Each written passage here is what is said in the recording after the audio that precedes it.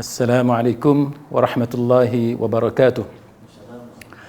Innal hamdalillah wassalatu wassalamu ala Rasulillah wa ba'd.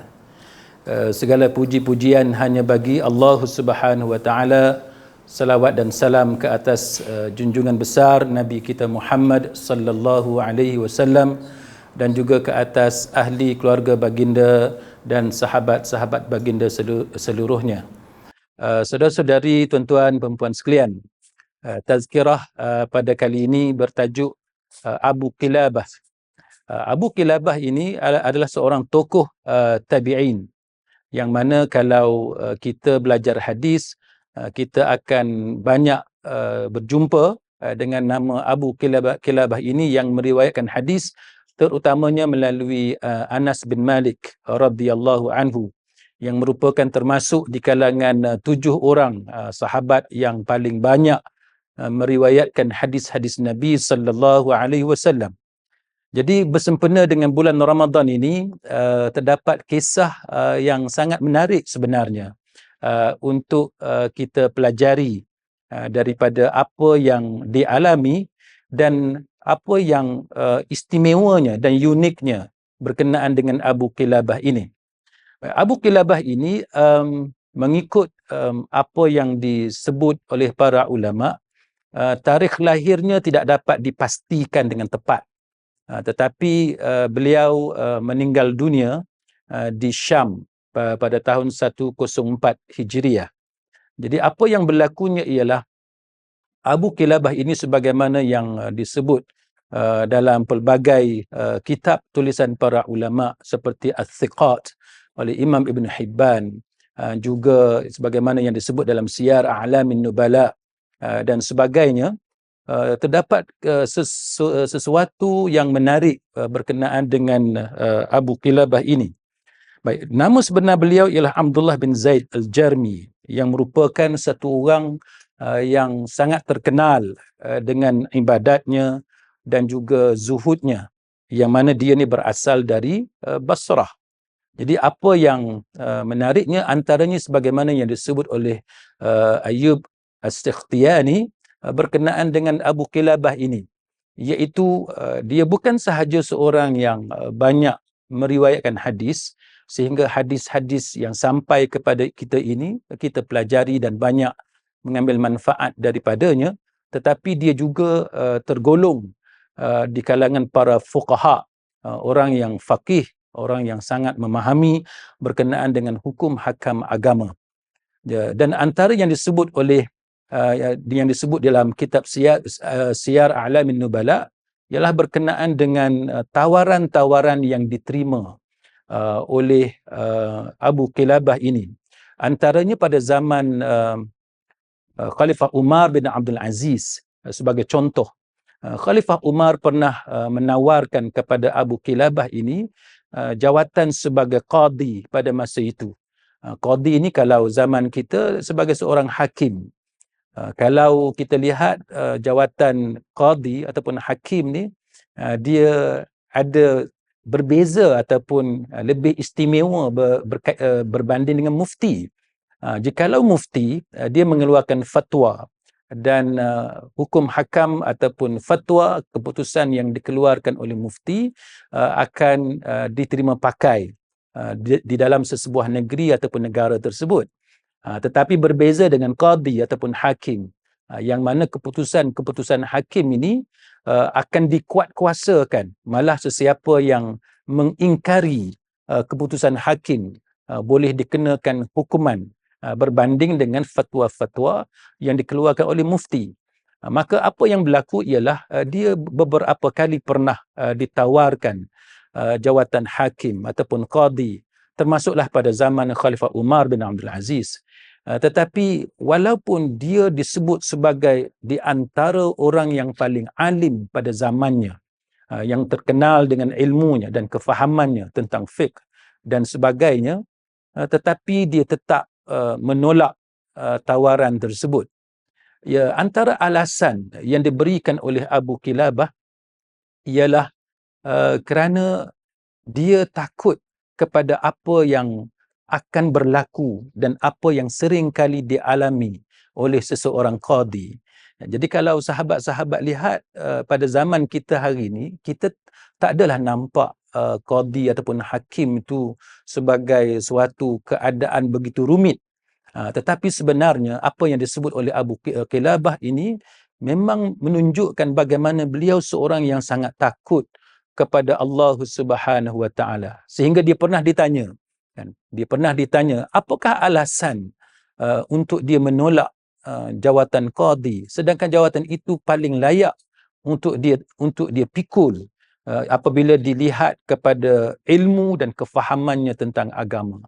Maka beliau telah memberikan jawapan kepada persoalan itu dengan mengatakan bahawa menerima jawatan qadi ataupun hakim itu boleh diumpamakan seperti seseorang yang diletakkan di tengah laut, lalu dia berenang di tengah laut.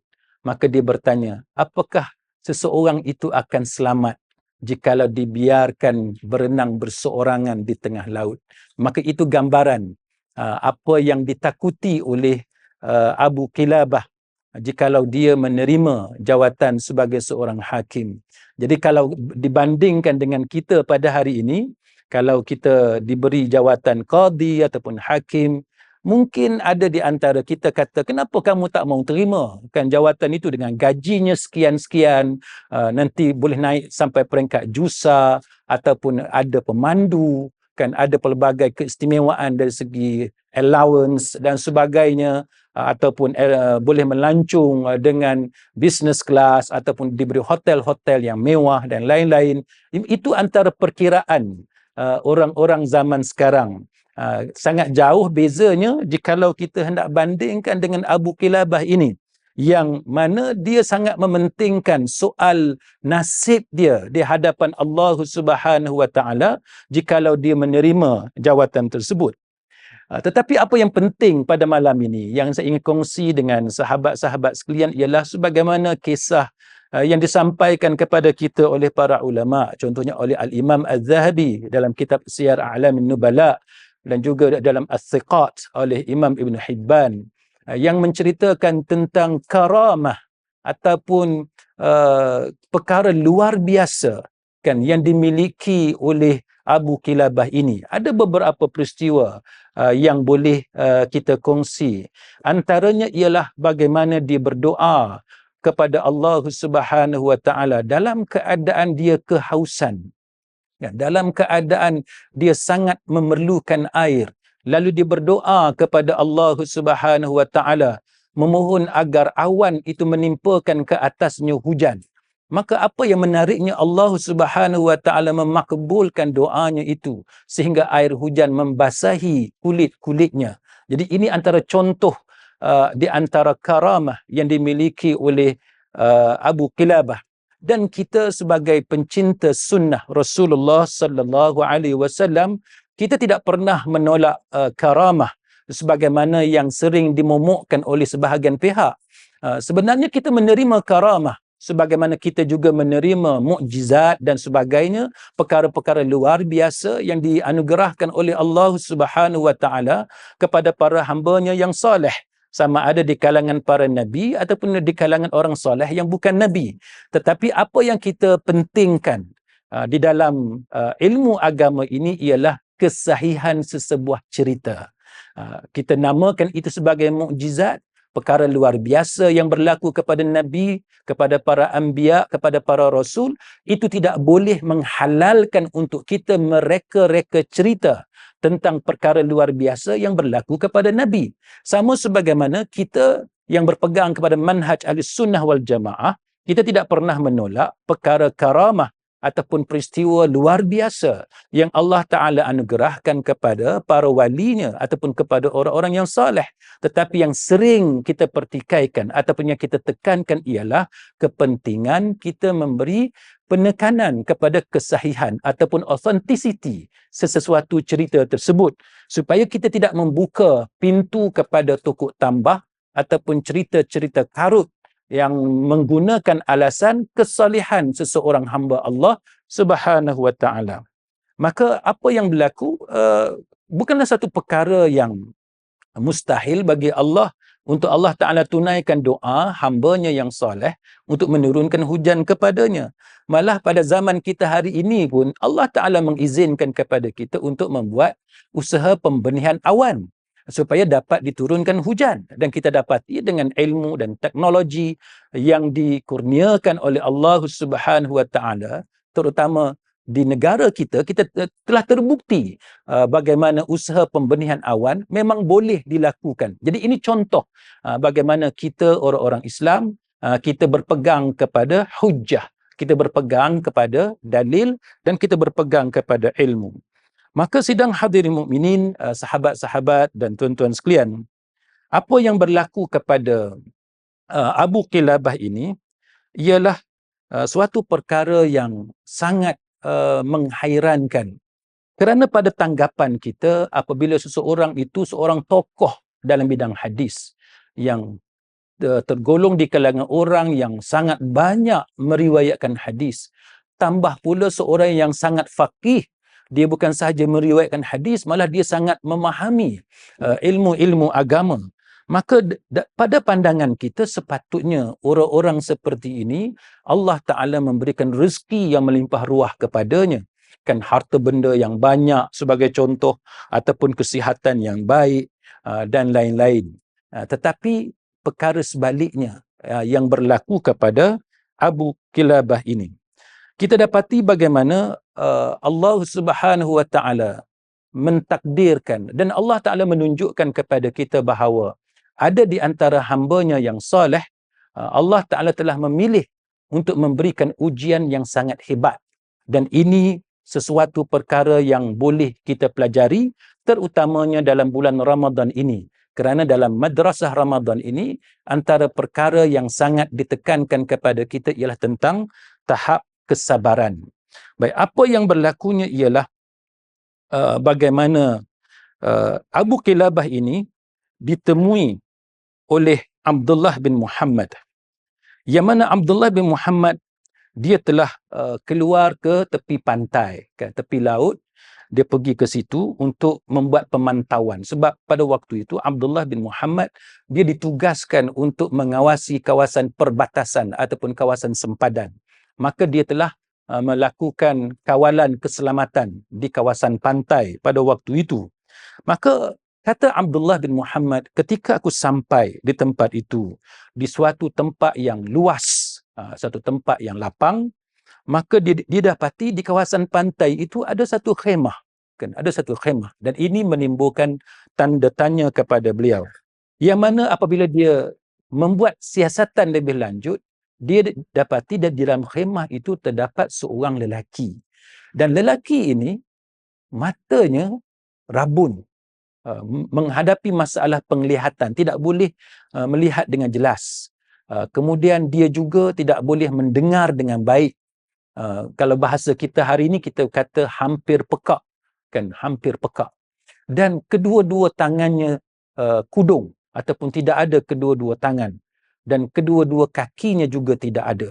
Jadi kudung tangan, kudung kedua-dua kaki, boleh dikatakan hampir buta ataupun mempunyai masalah rabun yang sangat dahsyat. Kemudian seorang yang mengalami masalah pendengaran yang sangat teruk. Jadi ini satu level, kalau kita sebut pada hari ini, sangat dahsyat. Kita pada hari ini kita lihat ada di kalangan kawan-kawan kita yang mengalami penyakit kencing manis sebagai contoh. Kan, apabila dipotong kakinya, dia mengalami satu keadaan yang mana dia sangat kecewa, kan, sangat sedih, tidak bersemangat untuk hidup. Dan kita boleh lihat ada sebahagian di kalangan kawan-kawan kita, kenalan-kenalan kita, apabila hilang anggota badan dan sebagainya, dia menjadi seorang yang sangat lemah jiwanya, tidak lagi bersemangat untuk meneruskan kehidupan. Jadi ini antara ujian yang sering kali berlaku kepada manusia yang diuji oleh Allah Subhanahu Wa Ta'ala dengan sesuatu kecacatan, terutamanya kecacatan fizikal yang begitu jelas. Maka Abu Qilabah ini dia telah ditemui oleh Abdullah bin Muhammad sebagaimana yang disebut oleh Al-Imam Al-Zahabi dalam kitabnya Siyar A'lamin Nubala. Dia mengatakan bahawa aku melihat satu orang lelaki yang mengalami masalah penglihatan, pendengarannya terjejas dengan teruk, kedua-dua tangan dan kakinya kudung, mana 4 anggota itu kudung. Maka dia kata bahawa apabila ditanya, apabila didekati khemah itu, dia mendengar doa yang dipanjatkan oleh lelaki itu. Pada waktu itu Abdullah bin Muhammad belum mengetahui siapa sebenarnya lelaki itu. Lalu apabila dia mendekati khemah itu, dia mendengar doa yang dipanjatkan oleh Abu Kilabah. Abu Kilabah kata, "Ya Allah, tunjukkanlah kepada aku supaya aku ini dapat memuji engkau, sehingga aku dapat menunaikan rasa syukurku ke atas nikmat-nikmat yang telah engkau anugerahkan kepada aku. Dan engkau sungguh telah melebihkan aku di atas kebanyakan makhluk yang engkau ciptakan." Jadi Abdullah bin Muhammad ni dia rasa pelik apabila dia mendengar doa yang macam tu, yang keluar daripada mulut satu orang yang sangat mempunyai pelbagai kecacatan yang jarang-jarang dialami oleh mana-mana manusia. Kerana kalau kita lihat setengah-setengah orang walaupun dia cacat, dia hanya buta. Kan, setengah orang dia cacat, dia hanya pekak. Ataupun kalau kudung tangan pun, kudung hanya separuh ataupun satu tangan sahaja. Tidaklah sampai semua 4 anggota badan, 2 tangan, 2 kaki. Jadi mengalami tahap kecacatan seperti ini, bila dibandingkan dengan doa yang dipanjatkan oleh Abu Kilabah ini menyebabkan Abdullah bin Muhammad rasa sangat pelik dengan keadaan itu. Kerana orang itu masih lagi memohon kepada Allah Ta'ala supaya Allah Ta'ala tunjukkan kepada dia bagaimana untuk dia menzahirkan rasa syukur dia di atas nikmat yang Allah Ta'ala kurniakan kepadanya, dan bagaimana Allah Ta'ala melebihkan dia berbanding dengan makhluk Allah Ta'ala yang lain.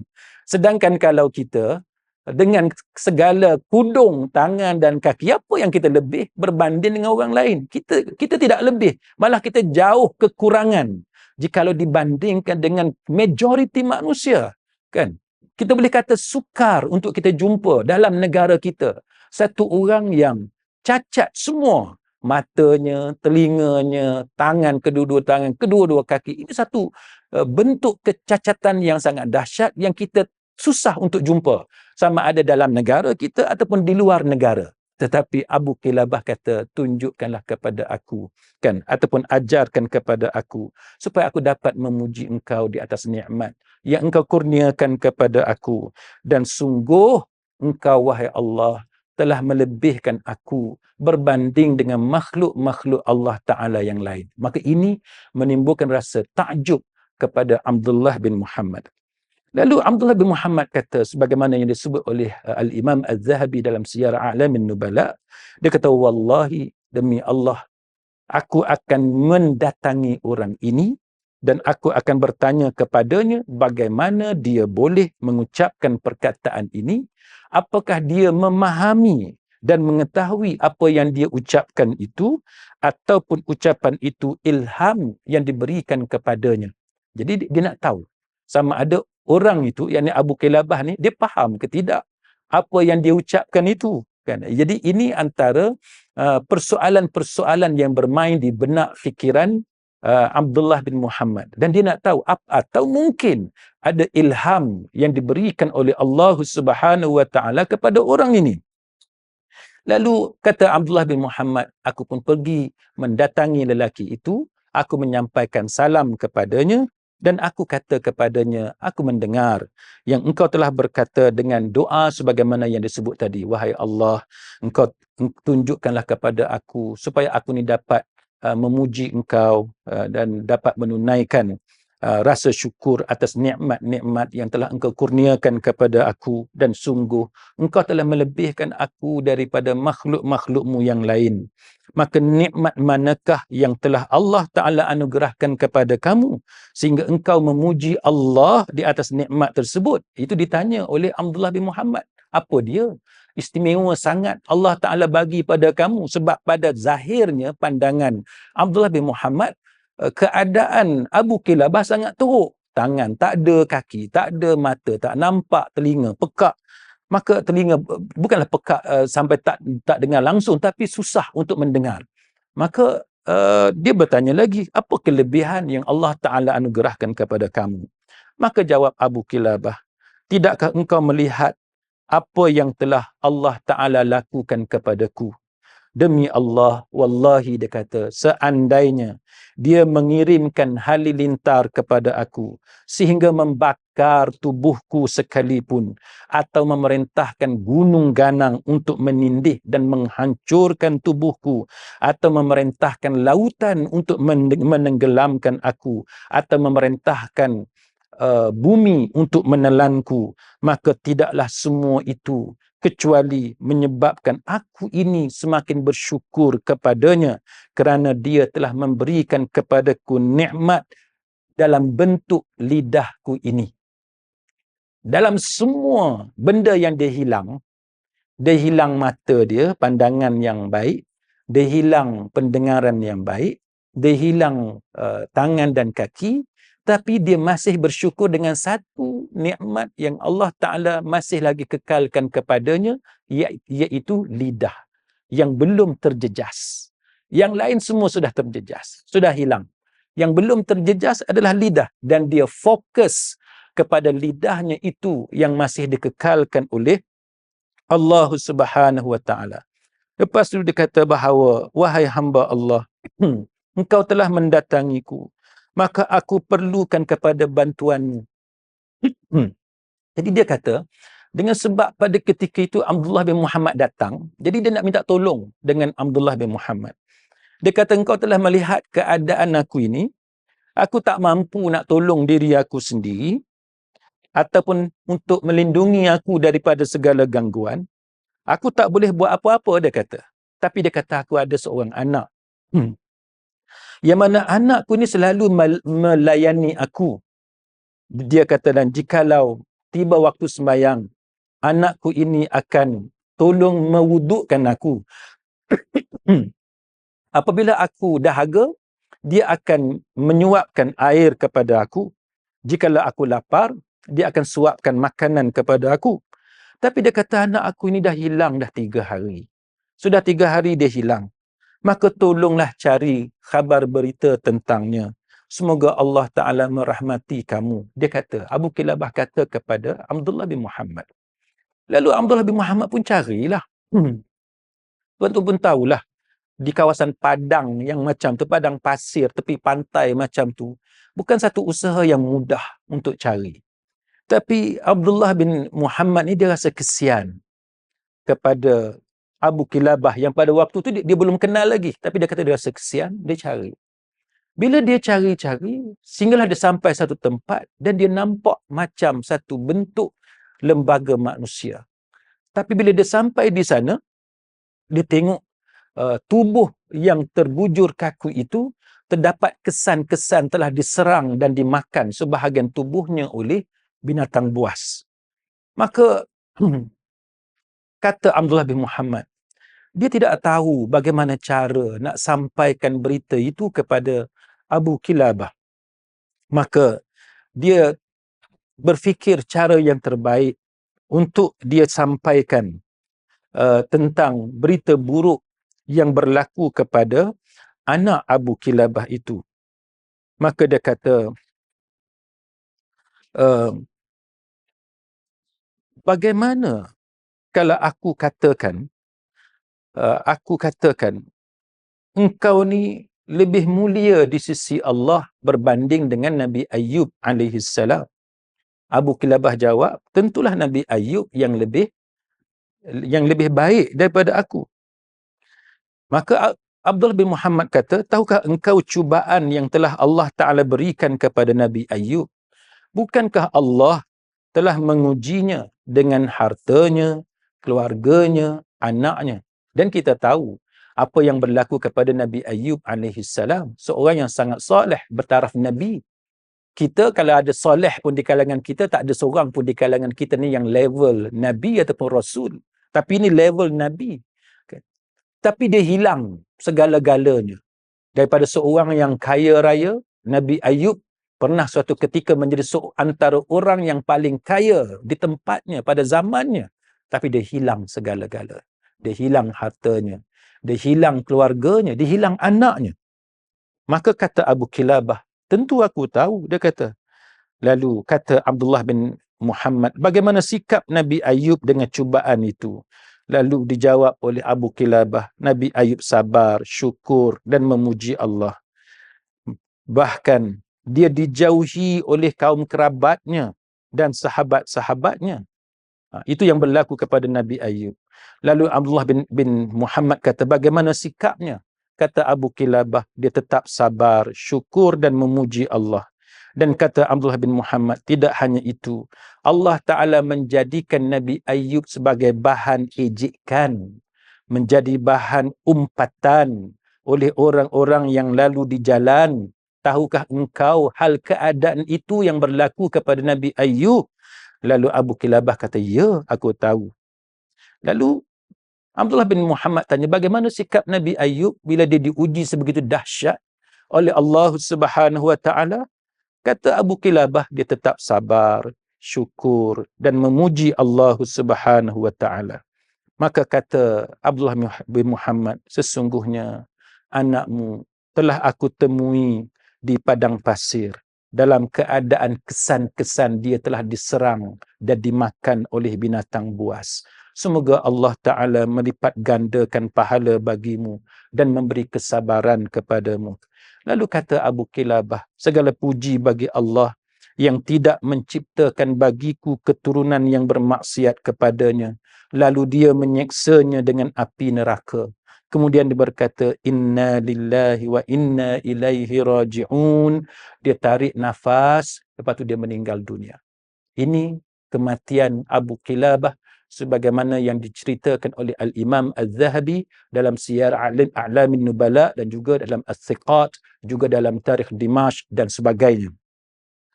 Baik, apa yang berlaku dalam peristiwa ini? Sebagaimana yang disebut oleh Abdullah bin Muhammad, kemudian datang 4 orang yang bertanya kepadanya apa yang telah berlaku. Maka Abdullah bin Muhammad menceritakan segala-galanya. Lalu dibukakan wajah Abu Kilabah ini, dan orang yang berempat tadi mengenali siapa dia, lelaki itu. Lalu mereka mengatakan ini adalah Abu Kilabah Al-Jarmi yang merupakan sahabat kepada Ibnu Abbas radhiyallahu anhuma. Dia sangat menyintai Allah dan Nabi sallallahu alaihi wasallam. Jadi apa yang berlaku, sahabat-sahabat sekalian, walaupun kisah ni masih lagi panjang, tetapi ada beberapa pelajaran yang menarik untuk perhatian kita. Sebahagian di kalangan kita seringkali apabila ditimpa masalah ataupun ujian, sama ada mengalami masalah keuangan, masalah perniagaan, masalah keluarga, anak menantu bercerai-berai, anak-anak bergaduh antara satu sama lain, berlaku perebutan harta dalam keluarga dan sebagainya. Kadang-kadang kita sebagai manusia biasa ini akan tertanya-tanya dalam diri kita, apa salah aku? Sedangkan aku sudah mengikuti sunnah Nabi, aku telah mengikuti segala majlis ilmu, setiap malam aku mengikuti pengajian-pengajian ilmu, aku solat, berusaha untuk solat sebagaimana sunnah yang diajarkan oleh Nabi sallallahu alaihi wasallam. Tetapi kenapa masalah dan derita itu bertimpa-timpa? Hilang satu, belum hilang lagi satu, datang masalah yang lain. Ataupun kalau hilang satu, tak sempat kita rehat dan bergembira, datang satu lagi penderitaan. Maka inilah suatu pelajaran untuk kita semua. Kita takkan mulia kalau dibandingkan dengan Nabi Ayub alaihissalam, tetapi dugaan derita yang Allah Ta'ala uji kepada Nabi Ayub alaihissalam jauh lebih dahsyat berbanding dengan apa yang kita alami. Sama sebagaimana Abu Kilabah, seorang tokoh tabi'in, seorang yang banyak meriwayatkan hadis, seorang yang banyak memahami ilmu agama dan merupakan sahabat kepada sahabat-sahabat Nabi seperti Ibnu Abbas dan sebagainya, juga diuji oleh Allah Ta'ala sebegitu dahsyat. Kita walaupun sakit, hanya sakit lutut sahaja, tak adalah hilang sampai kaki ataupun tangan ataupun buta, itu pun kita sudah pun mengeluh. Kita sakit belakang, sakit pinggang, kita mengalami pelbagai penyakit yang biasa sahaja. Kalau orang tengok, orang tak tahu pun kita sakit. Begitu bezanya derita yang Allah Ta'ala uji kepada kita berbanding dengan Nabi Ayub dan berbanding dengan Abu Qilabah. Maka jadilah kita sebagai orang yang sangat sabar. Kita bersyukur dan sentiasa memuji Allah Subhanahu Wa Ta'ala. Setiap kali kita rasa sakit pinggang, ucapkanlah Alhamdulillah. Dan bandingkan dengan orang lain yang sebenarnya kita jauh lebih baik berbanding dengan orang lain. Jikalau kita mengalami kesusahan, kesedihan, ucapkanlah Alhamdulillah. Banyakkan bersabar dan memuji Allah Subhanahu Wa Ta'ala. Dan ingatlah, kita jauh lebih baik berbanding dengan orang lain. Semoga bulan Ramadan ini menjadikan kita orang yang banyak bersabar dan bersyukur kepada Allah Subhanahu Wa Ta'ala. Dan semoga kita di hari akhirat nanti akan dibangkitkan bersama-sama dengan Abu Qilabah, bersama-sama dengan Nabi Ayub alaihissalam, bersama-sama dengan para nabi dan rasul, terutamanya Nabi kita Muhammad sallallahu alaihi wasallam, dan bersama-sama dengan mereka dalam syurga Firdaus, syurga tertinggi di sisi Allah Subhanahu Wa Ta'ala. Amin ya rabbal alamin. Wa sallallahu ala Muhammad wa ala alihi wa sahbihi ajma'in. Wallahu a'lam wa billahi taufiq wal hidayah. Wassalamu alaikum warahmatullahi wabarakatuh.